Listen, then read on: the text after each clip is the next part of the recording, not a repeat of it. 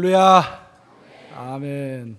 지금 우리 뉴욕 감리교회에서는 시리즈 설교가 계속 진행이 되고 있습니다. 시리즈 설교의 주제는 승리의 길입니다. 우리 하나님께서는 결국 우리가 승리의 삶을 살 수 있도록 예정하셨는데, 그 승리의 삶을 이 땅에서부터, 저 땅에서 얻기 전에 이 땅에서부터 어떻게 우리가 계속 승리의 삶을 살 수 있을 것인지, 그 방법을 우리가 한번 같이 살펴보고 있습니다.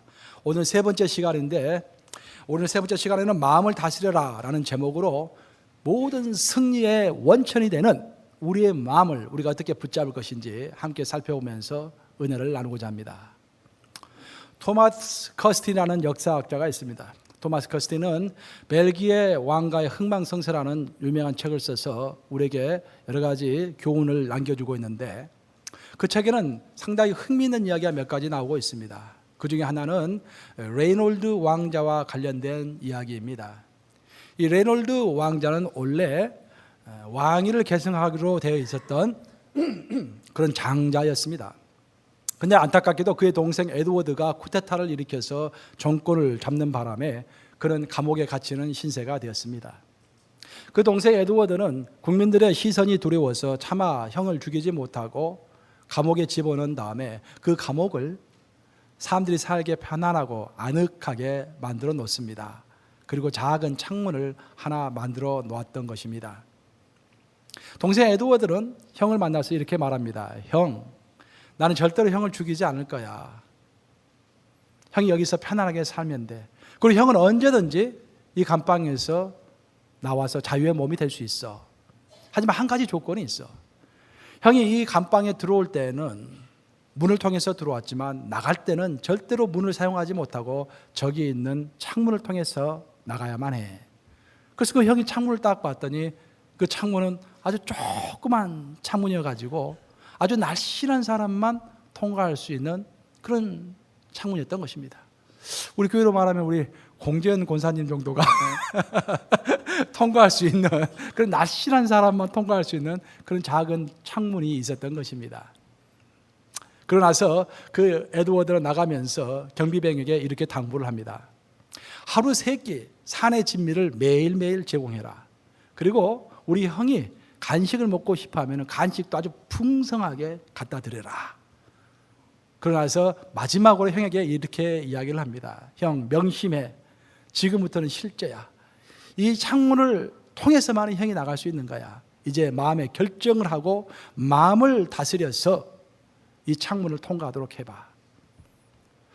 모든 상황을 파악한 그 형 레이놀드는 그때부터 마음의 결정을 합니다. 그래, 내가 지금 이렇게 몸이 뚱뚱하지만 이제는 체중 조절을 해가지고 기어이 이 창문을 통과해서 빠져나가야겠구나. 마음의 결정을 했지만 당장에 아주 산의 진미가 들어오니 그 음식을 먹지 않을 수가 없었습니다. 이 한 끼만 먹고 다음부터 한번 해보자. 그 맛있게 한 끼를 먹었습니다. 두 번째 금식을 하려고 하는데 또 산의 진미가 들어오는 것이었습니다. 그래, 이번만 먹자. 그러면서 자꾸 한 끼 한 끼 한 끼 연장하는 사이에 그는 체중 조절은커녕 오히려 그의 체중은 급격하게 늘어갔던 것입니다. 그리고 와중에 10년이라는 세월이 흘러서 에드워드는 전쟁에 나가서 전사하게 됩니다. 그리고 레이놀드는 이제 왕이 될 수 있는 그런 권한까지 가지고서 감방에서 풀려나게 됩니다. 근데 놀라운 것은 그 10년 사이에 너무도 많이 몸이 비대해져 가지고 각종 질병이 그를 괴롭혔고 그 몸 자체 하나도 가누지 못할 정도로 몸이 이게 비대해져 가지고 결국 병상에서 시름시름 앓다가 죽게 되었다라는 것입니다. 여러분, 이처럼 우리가 결심하기는 쉽지만 그 결심을 이루기 위해서 우리의 마음을 지킨다는 것은 쉽지가 않습니다. 결국 마음을 지키는 자가 세상에서도 마찬가지고 신앙에서도 마찬가지고 승리하는 것입니다. 제가 미국에 와서 보니 조지 워싱턴 대통령과 어울려서 아브라함 링컨, 그리고 미국 사람들이 추앙하는 인물이 마틴 루터 킹 주니어라는 것을 알게 되었습니다. 제가 정치학을 공부할 때도 신학을 공부할 때도 참 묘하게 아브라함 링컨과 마틴 루터 킹 주니어의 사상과 그의 삶들은 항상 공부의 중요한 주제였습니다. 그래서 도대체 왜 이 사람들이 미국에서 이렇게 추앙을 받는 것인가? 그들의 일대기를 공부하면서 저는 제가 알고 있는 한민족의 민족 지도자 중에서 유명한 사람들과 그들의 삶을 비교해 보았습니다. 물론 한반도가 배출한 많은 민족 지도자가 있지만 그 중에서도 우리가 아마도 근세기 들어서 인물 중에 인물로 내세울 수 있는 사람은 아마도 백범 김구일 것입니다. 백범 김구 선생의 일대기를 살펴보면은 그의 그 치열함과 그 깊이 그리고 그 숭고함과 삶의 열정, 그런 것은 마틴 루터 킹 주니어를 저는 훨씬 뛰어넘는다고 주관적으로 생각해 보곤 합니다. 그는 투박하지만 아주 명료하게 쓴 백범일지를 썼는데 그 백범일지를 제가 읽어볼 때마다 한국에도 정말로 이런 위인들이 있었구나, 이런 위인이 있었구나라는 진한 감동이 몰려오는 것입니다. 투명하고 강인한 마음의 소유자였던 백범도 어렸을 때는 관상쟁이가 되기를 원했다고 스스로 고백했습니다. 관상쟁이가 뭡니까, 여러분? 얼굴을 보고 그 사람의 운명을 알아맞히는 것이죠. 영어를 찾아보니까 physiognomist 그렇게 되어 있더라고요. 관상쟁이, 얼굴을 보고서 얼굴의 facial feature를 보고서 그 사람의 운명을 판단한다라는 거죠. 그 시대에 출세하기 위해서는 과거에 급제해야만 했었는데 정치가 너무 부패해서 실력으로 과거에 급제하는 것이 아니라 돈을 줘야만이 과거에 급제할 수 있었던 그런 형편이었던 것입니다. 그래서 백범은 돈이 없었기 때문에 과거를 응시하는 것을 포기하고 돈을 벌기 위해서 관상에 관련된 많은 책들을 모아서 스스로 공부를 하기 시작한 것입니다. 많은 시간 공부를 투자하고 나서 드디어 관상에 대해서 이해하기 시작하고 그 공부를 끝냈을 때 그는 거울을 가져와서 그 누구보다도 먼저 자신의 얼굴을 보면서 스스로의 관상을 보는 것입니다. 그런데 놀랍게도 거울을 통해서 본 자신의 관상은 정말로 천하의 흉하고 천하의 불길한 관상인 것을 발견하게 됩니다. 우리 백범 김구 선생의 얼굴 보면 좀 우락부락하잖아요, 이게. 그래서 자기 스스로 자기 관상을 봤는데 너무도 흉하고 불길한 관상인 것입니다. 얼마나 낙담이 되었겠습니까? 그래서 그는 몹시 낙담하고 있는데 문득 그가 공부하던 책 중에서 한 구절을 떠올리게 됩니다. 그 구절에는, 그 책에 있는 구절에는 이런 말이 나와 있었습니다. 관상, 즉 얼굴의 모양은 신상, 즉 몸의 모양만 못하고 신상, 몸의 모양은 심상, 마음의 모양만 못하다. 다시 말하면 얼굴이 아무리 잘생겨도 몸이 튼튼한 것보다 못하고 몸이 아무리 튼튼해도 마음이 올바르고 곧은 것보다 못하다라는 말입니다.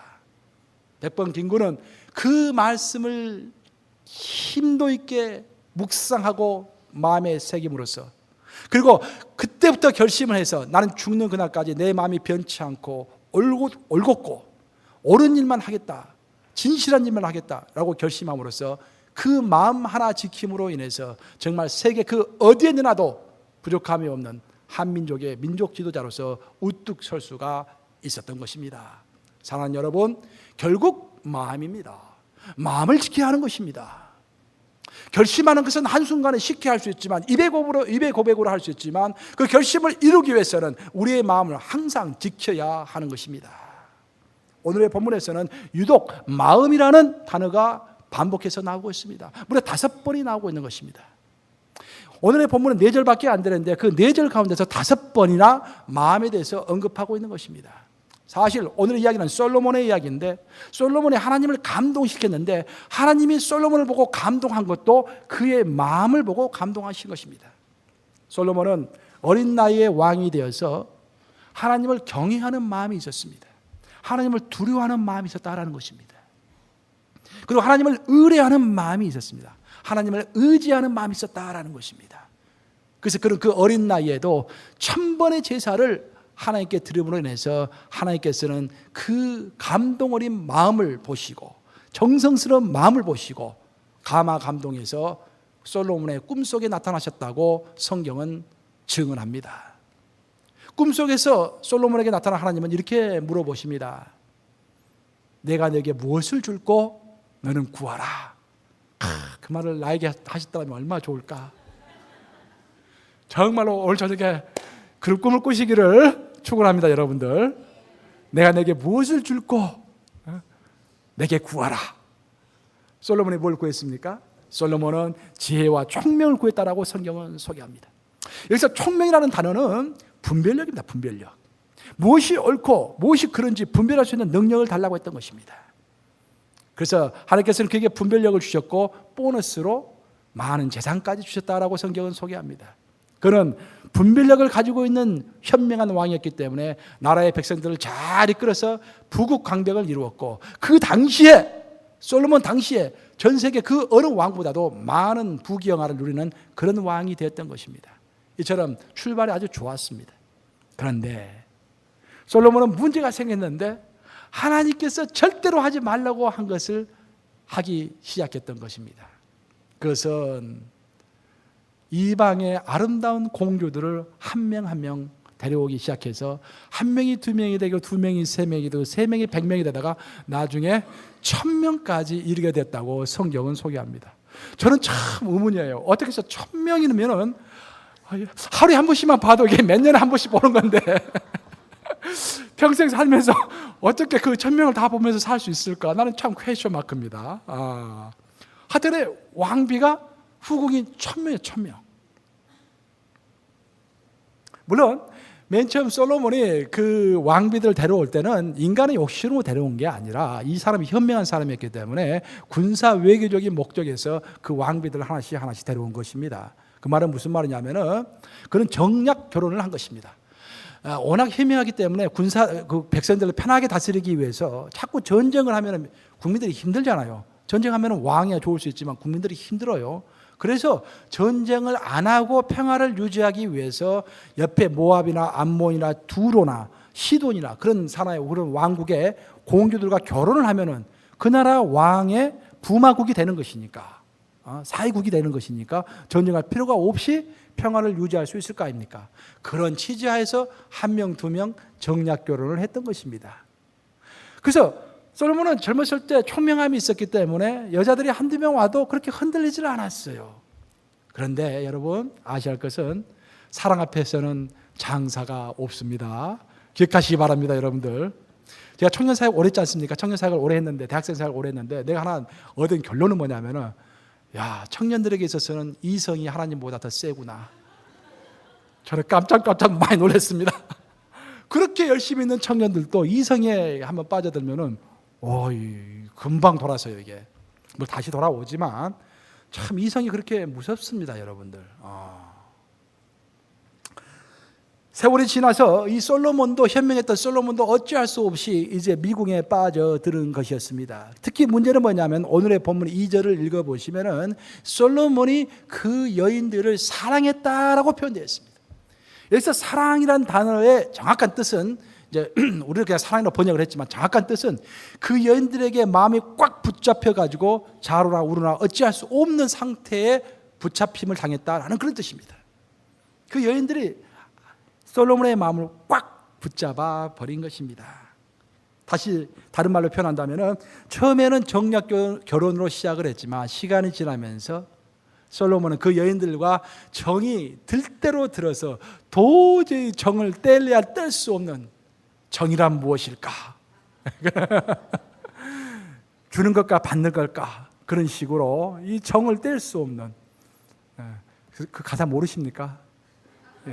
조용필이 했던 정이란 무엇일까? 주는 것과 받는 걸까? 하여튼간에 솔로몬은 정을 뗄 수 없는 그런 지경에 이르러 가지고 그 여인들에게 붙잡히고 말았던 것입니다. 바로 그래서 오늘 본문 4절을 보시면은 이런 구절이 나옵니다. 솔로몬의 나이가 많아짐에 그의 여인들이 그의 마음을 돌이켜서, 뭐라고? 돌이켜서 이방 신들을 따르게 하였더라. 마음을 돌이킨 것입니다. 천하의 솔로몬, 천하의 현명한 사람, 젊은 왕 때도 모든 것을 제쳐놓고 1000번의 제사를 드렸던 왕. 여러분 제사 한번 드리기가 쉽습니까? 예배 한번 드리기도 힘들죠. 근데 옛날의 제사는요, 왕이 신하들을 다 드리고 먼 곳까지 가가지고 거기서 솔로몬 성전을 짓기 전이니까 먼 곳까지 가가지고 거기서 짐승을 수백 마리 죽이면서 이 제사를 드리는 거예요. 그러니까 한 번 제사를 드리고 나면은 하루 종일 다 갈 거예요, 아마. 그것을 1000번을 드렸다라는 것은 굉장한 정성입니다. 근데 그런 올바른 마음을 가지고 열정을 가지고 있었던 왕의 마음이 여인들로 인해서 마음을 돌이켜가지고 이방신들을 따르게 됐다라는 것입니다. 세월이 흘러서 그는 그만 정 때문에 분별력이 무너지고 만 것입니다. 여러분, 바로 여기서 우리는 아주 중요한 한 가지 교훈을 꼭 붙잡아야 할 줄로 믿습니다. 그 교훈은 뭐냐면은, 마음을 지키고자 하는 사람은 미래의 큰 불이 될 수 있는 오늘의 작은 불씨를 조심해야 한다라는 것입니다. 따라서 한번 해보시겠습니다. 작은 불씨를 조심해야 한다. 작은 불씨를 조심해야 하는 것입니다. 여러분들, 도박도 그렇고 술도 그렇고 음식도 마찬가지입니다. 처음에 술 한 잔 하시는 사람은 한 잔만으로 끝내겠다고 생각합니다. 한 잔이 두 잔이 되고, 두 잔이 세 잔이 되고, 세 잔이 10잔이 되기 때문에 아예 작은 불씨를 시도하지 말아야 하는 것입니다. 또한 우리의 신앙을 살펴보면은 뭔가 찝찝하고 잘못됐다고 생각하면서도 우리가 쉽게 허용하면서 하나하나 하는 것들이 있습니다. 예를 들어 본다면은 우리가 불평하는 것, 아주 쉽게 불평합니다. 이 음식이 너무 짜. 그 말 들으면은 오늘 하루 내내 신교 준비하신 분들 기분 좋겠습니까? 또 가십하는 것, 또 화내는 것, 과장하는 것, 그 모든 것들이 결정적으로 큰 문제가 아닌 것 같은데 그것들이 모이면은 우리의 마음을 파괴하는 것들인 것입니다. 이처럼 우리 기독인들은, 마음을 지키고자 하는 기독인들은 작은 누룩을 조심해야 하는 것입니다. 또 두 번째로 우리의 마음을 지키기 위해서 필요한 두 번째 방법이 있는데, 우리의 마음을 지키기 위한 두 번째 방법은 우리의 마음을 가지치기 하는 것입니다. 우리 한번 따라서 해보시겠습니다. 우리의 마음은 가지치기가 필요하다. 본문을 읽어보면 솔로몬은 죽을 때까지 믿음을 버리지는 않았습니다. 참 그게 묘한 거예요. 아예 믿음을 버려버리면 될 건데 믿음을 버리지는 않았어요. 우리 하나님을 항상 믿었어요. 그런데 그 믿음이 젊었을 때 믿음에 비해서 그 순도가 점점 약해지는 것입니다. 젊었을 때는 순도 100의 믿음이었는데 세월이 가면서 나이가 들어가면서 90, 80, 70, 60, 50, 30, 20까지 내려가는 거예요. 우리가 하나님을 믿는다라는 것이 문제가 되는 것이 아니라 우리가 어떤 순도로 하나님을 믿는가라는 것이 중요하고 문제가 될 줄로 믿습니다. 여러분의 마음의 순도를 지켜가야 하는 것입니다. 여러분, 다이아몬드도 그렇고 숯도 그렇고 기본 원소가 뭡니까? 무엇을 통해서 다이아몬드가 만들어지고 숯이 만들어집니까? C, 탄소 C. 탄소를 가지고 다이아몬드도 만들어지고 숯도 만들어지는 거예요. 또 원료는 똑같습니다. 탄소입니다. 근데 그 순도와 그 투명도에 따라서 어떤 것은 다이아몬드가 되고 어떤 것은 숯이 되는 것입니다. 다이아몬드는 모든 사람들이 환영하는 값비싼 것입니다. 숯은 아무 필요 없어서 그냥 던지는 것이 숯입니다. 우리의 기독인의 믿음도 마찬가지입니다. 내가 하나님을 믿는다라는 것은 탄소 C를 가지고 있는 것과 똑같습니다. 탄소를 가지고 있는 것과 똑같습니다. 탄소를 가지고 있다, 믿음을 가지고 있다라는 것이 문제가 아니라 그 믿음의 순도가 몇이냐라는 것이 문제라는 것입니다. 여기 많은 사람들이 모여 있지만 다 믿음을 고백하는 사람들이기 때문에 하나님께 예배드리기 위해서 이 자리에 모여 있습니다. 하지만 다 똑같은 사람이 아니라 여러분, 어떤 사람은 다이아몬드와 같은 순도를 가지고 있는 사람이 있고 어떤 사람은 숯과 같은 순도를 가지고 있다라는 것입니다. 리처드는 어떤 믿음을 가지고 있지? 다이아몬드 같은 믿음을 가지고 있나? 할렐루야. 그래. 다이아몬드 같은 믿음을 가지고 있잖아요. 다이아몬드 같은 믿음을. 예수님은 우리의 마음이 순도를 자꾸 잃어갈 때 그 순도를 유지하기 위해서 우리의 마음을 가지치게 하시는 것입니다. 우리 다 같이 요한복음 15장 1절과 2절을 한 목소리로 읽겠습니다. 시작. 나는 참 포도나무요 내 아버지는 농부라. 물은 내게 붙어 있어 열매를 맺지 아니하는 가지는 아버지께서 그것을 제거해 버리시고 무릇 열매를 맺는 가지는 더 열매를 맺게 하려 하여 그것을 깨끗하게 하시느니라. 이 구절에는 하나님의 우리를 분류하시는 방법이 있습니다. 우리를 평가하시는 방법이 나와 있어요. 우리를 하나님께서 어떻게 평가하실까?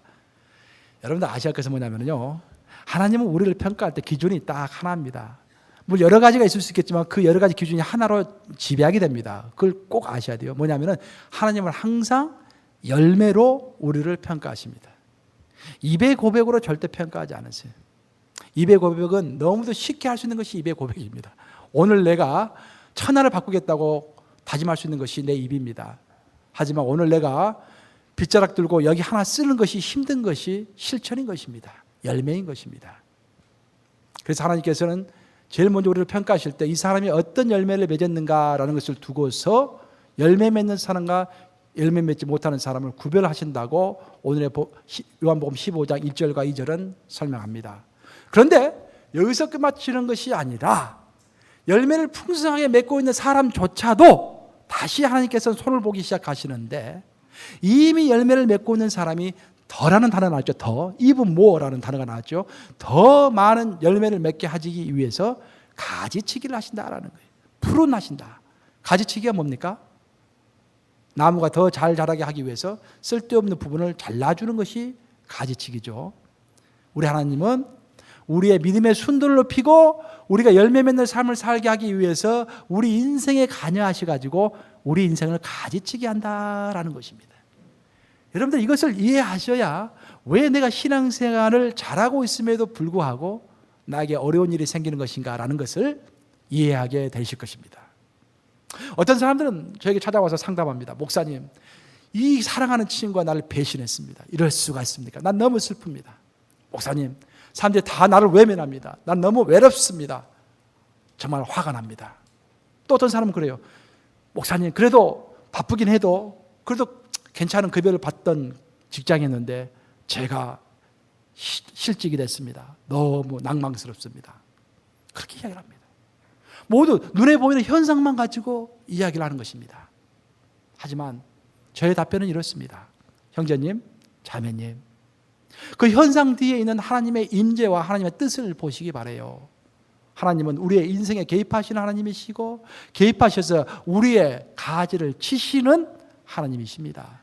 친구를 잃었기 때문에 더 진실하게 하나님을 찾을 것이고 직장을 잃었기 때문에 일용할 양식을 위해서 하나님께 더 매달릴 것이 아닙니까? 하나님은 지금 당신의 인생을 가지치기 하고 있는 것입니다 라고 저는 답변할 수밖에 없는 것입니다. 우리의 신앙은 마라톤과 같은 것입니다. 우리 주님 다시 오시는 그날까지 계속해서 달려가는 것이 쉬지 않고 달려가고 자전거를 타는 것과 같이 자전거는 멈추면 넘어지지 않습니까? 멈추지 않고 계속해서 달려가는 것이 우리의 신앙입니다. 달리는 사람은 항상 몸을 가뿐하게 해야 합니다. 반바지 입고 러닝샷스 입고 다른 거 다 버려야 합니다. 근데 많은 경우에 신앙생활하면서 뭐 귀걸이도 차고 목걸이도 차고 밍크 코트 입고 구두 신고 반지하고 이렇게 해서 너무너무 복잡한 거예요, 삶이. 실제로 그것이 문제가 된다는 게 아니라 우리의 신앙이라는 것이 간단하게 신앙생활을 해야 하는데 이것저것 더덕더덕 붙인다라는 거예요. 자꾸 이것도 해야 되고 저것도 해야 되고 그러면서 내 신앙이 가뿐한 신앙, 단순한 신앙이 아니라 복잡한 신앙을 살아가면서 믿음의 경주를 할 수 없게 되어가는 것입니다. 바로 우리 스스로가 어떻게 할 수 없을 때 우리 하나님께서 우리의 인생에 개입하셔가지고 가지치기를 하는 것입니다. 내가 밍크 코트를 아까워서 벗지 못할 때 하나님이 개입하셔가지고 그것을 벗겨주는 거예요.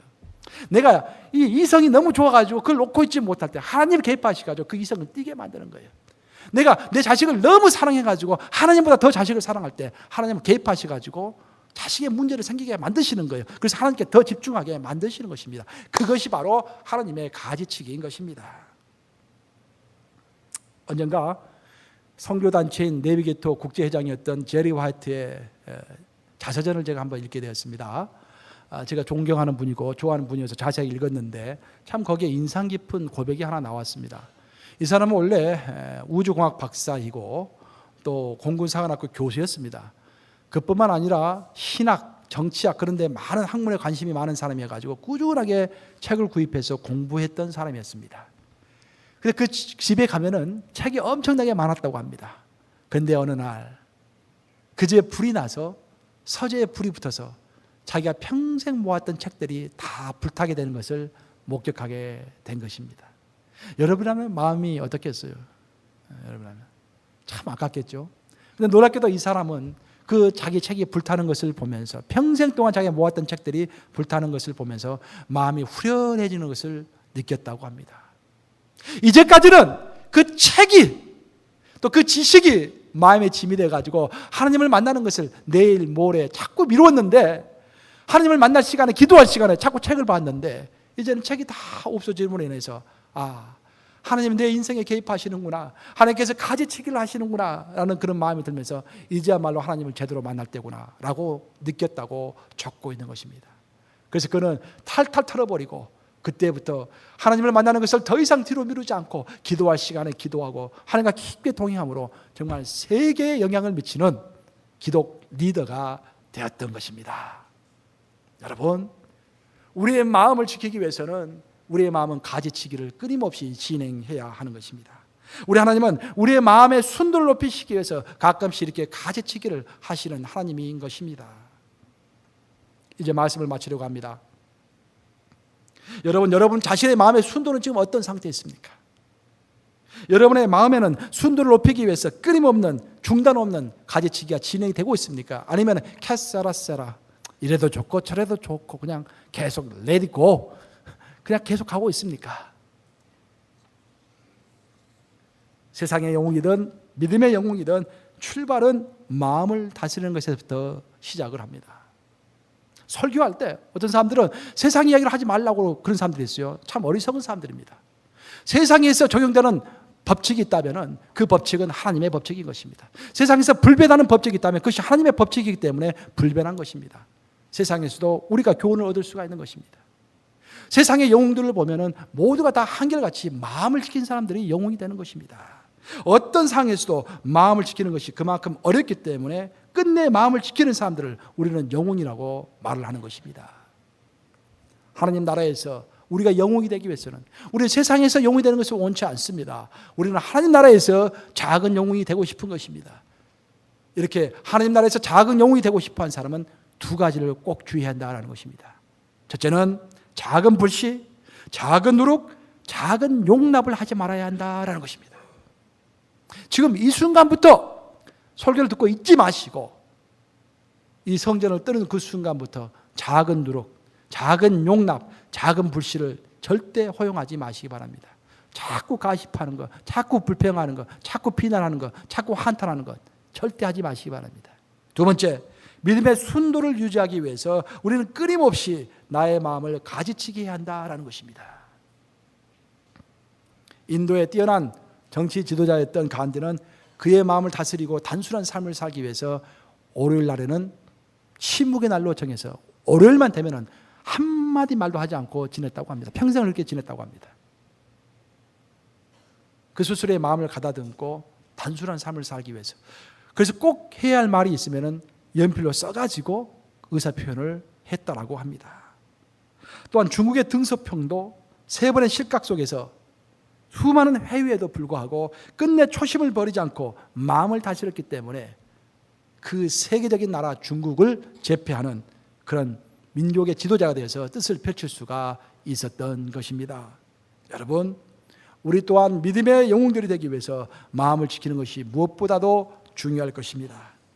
복잡다단한 세상 속에서 유혹받는 여러분들에게 오늘 우리 하나님은 이렇게 말씀하십니다. 솔로몬의 나이가 많을 때 그의 여인들이 그의 마음을 돌려 다른 신들을 따르게 하였으므로 왕의 마음이 그의 아버지 다윗의 마음과 같지 아니하여 그의 하나님 여호와 앞에 온전하지 못하였으니 9절 여호와께서 그에게 진노하시니라. 무려 2번을 나타나셔서 진노했다고 성경은 말을 하는 것입니다. 마음을 지키지 못한 자에게 2번 직접 나타나셔서 하나님의 애타는 심정을 전했다라는 것입니다. 이 말씀이 여러분의 말씀인 것을 기억하시고 항상 경고로 삼으시고 그 말씀을 가슴속에 새기심으로 승리하는 승리의 길을 걷는 여러분들 되시기를 우리 주님의 이름으로 축복합니다.